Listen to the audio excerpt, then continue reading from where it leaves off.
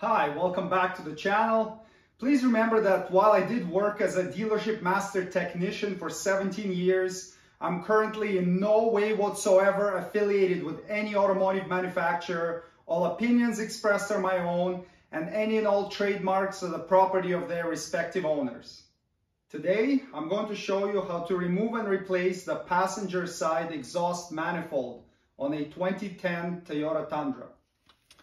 Remove the 10 mil bolt right down there that holds the dipstick tube to the side of the engine.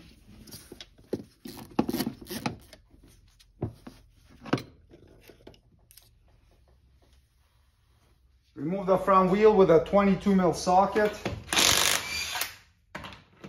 Remove the splash covers here. This one here is missing.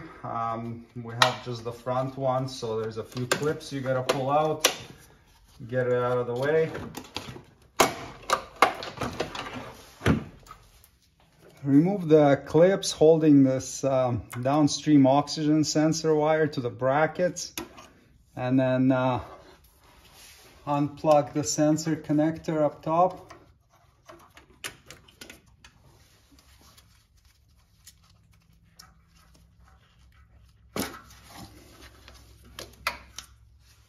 Unplug the front oxygen sensor connector right there.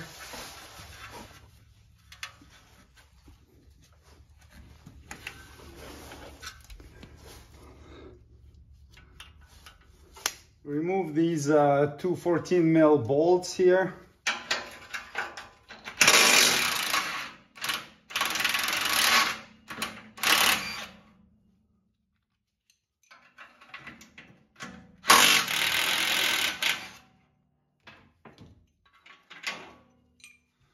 Remove these three 14 mil head nuts right there, holding the pipe to the manifold. Now you can get the pipe out.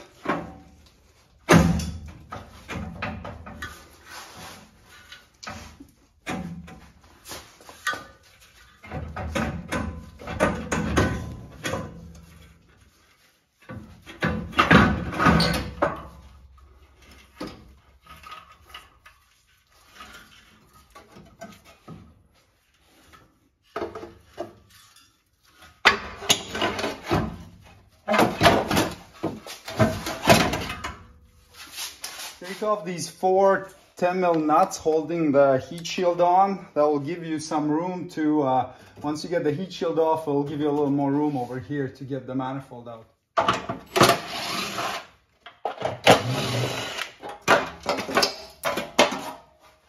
And pop some of these clips out for access. I'll just give you a little bit more room to get to things.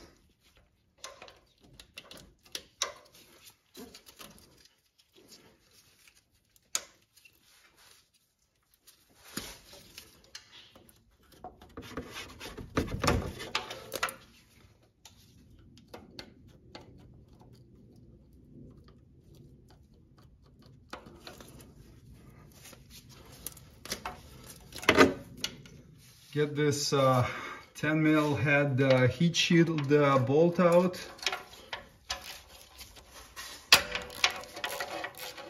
Get these other two heat shield bolts out. And you can move this harness out of the way. We'll give you a little more room to work there. And now you can get this heat shield out of there.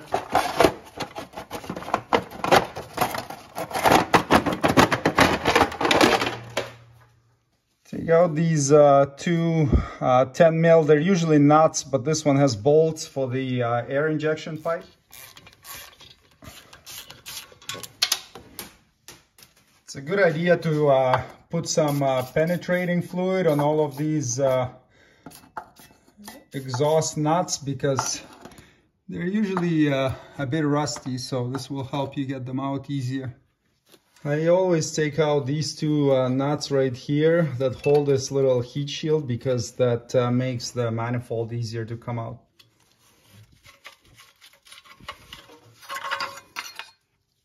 This is the setup I use to get every single nut out on passenger side exhaust manifold. So we have a pretty shallow 12 mil 1/4 inch socket on a swivel, and then a 1/4 inch extension. I use a 1/4 inch because it can get into like the really tight places. And then I have an adapter for 3/8 and another 3/8 extension and just a 3/8 ratchet. And I'm able to get every nut out that way. You have to be pretty careful. Don't round them off, because once you round them off, you're in for some struggle after that. Really, the only two challenging ones are the two top front nuts. Like this one is, it's not terrible, but the one next to it, the one to the rear of it, is pretty hard to get on. But with the setup, you should be able to get it. Make sure your socket isn't so shallow that it doesn't clear over the stud, because then you will not grab the nut fully and it will potentially round it off.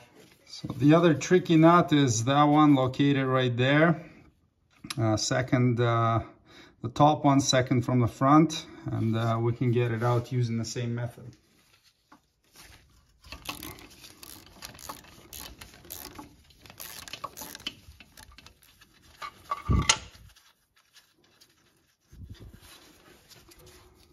And it's off. So there are 6 more nuts holding the manifold on. They're all easier than the 2 that I just removed, so just go ahead and loosen them off too.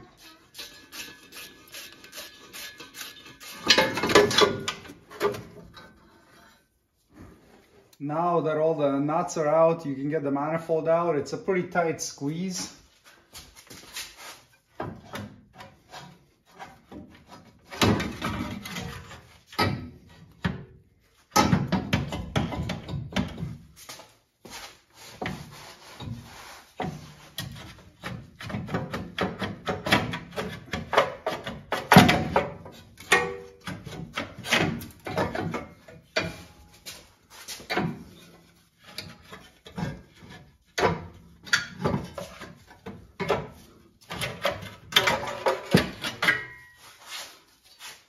And you can take out the 2 gaskets, one for the air injection pipe and then the actual manifold gasket.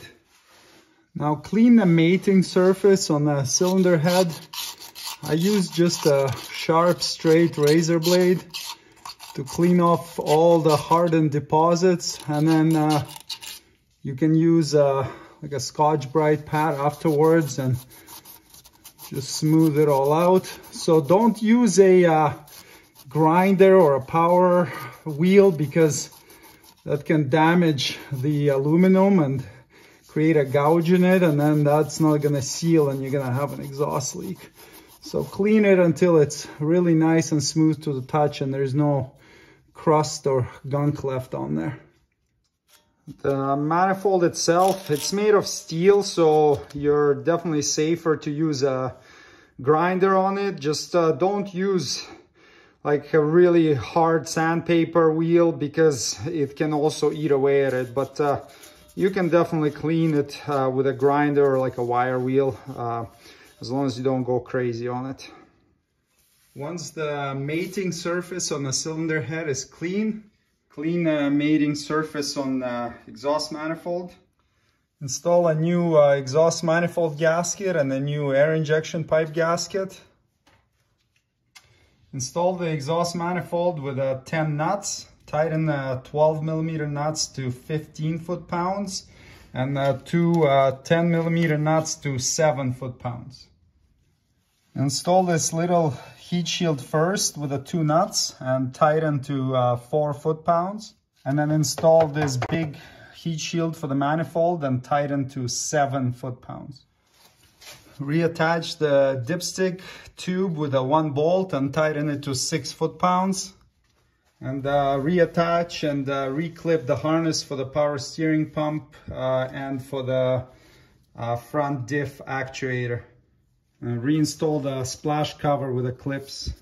This truck didn't have a splash cover on this side, so we'll just clip the wire harness back in. Reinstall the heat shield with the 4 nuts and tighten to 4 foot-pounds.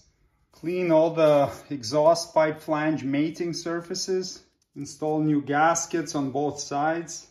Reinstall the exhaust pipe, tighten those 3 nuts to 40 foot-pounds, and then reconnect the front oxygen sensor. Reconnect the rear oxygen sensor and then tighten these bolts to 35 foot-pounds. Install the passenger side wheel and snug that one up. Tighten to 97 foot-pounds. Thanks for watching. Subscribe if you'd like to see more Toyota Tundra videos. And check the links below the video for any tools or supplies you may need to complete the job shown in this tutorial. See you next time. Cheers.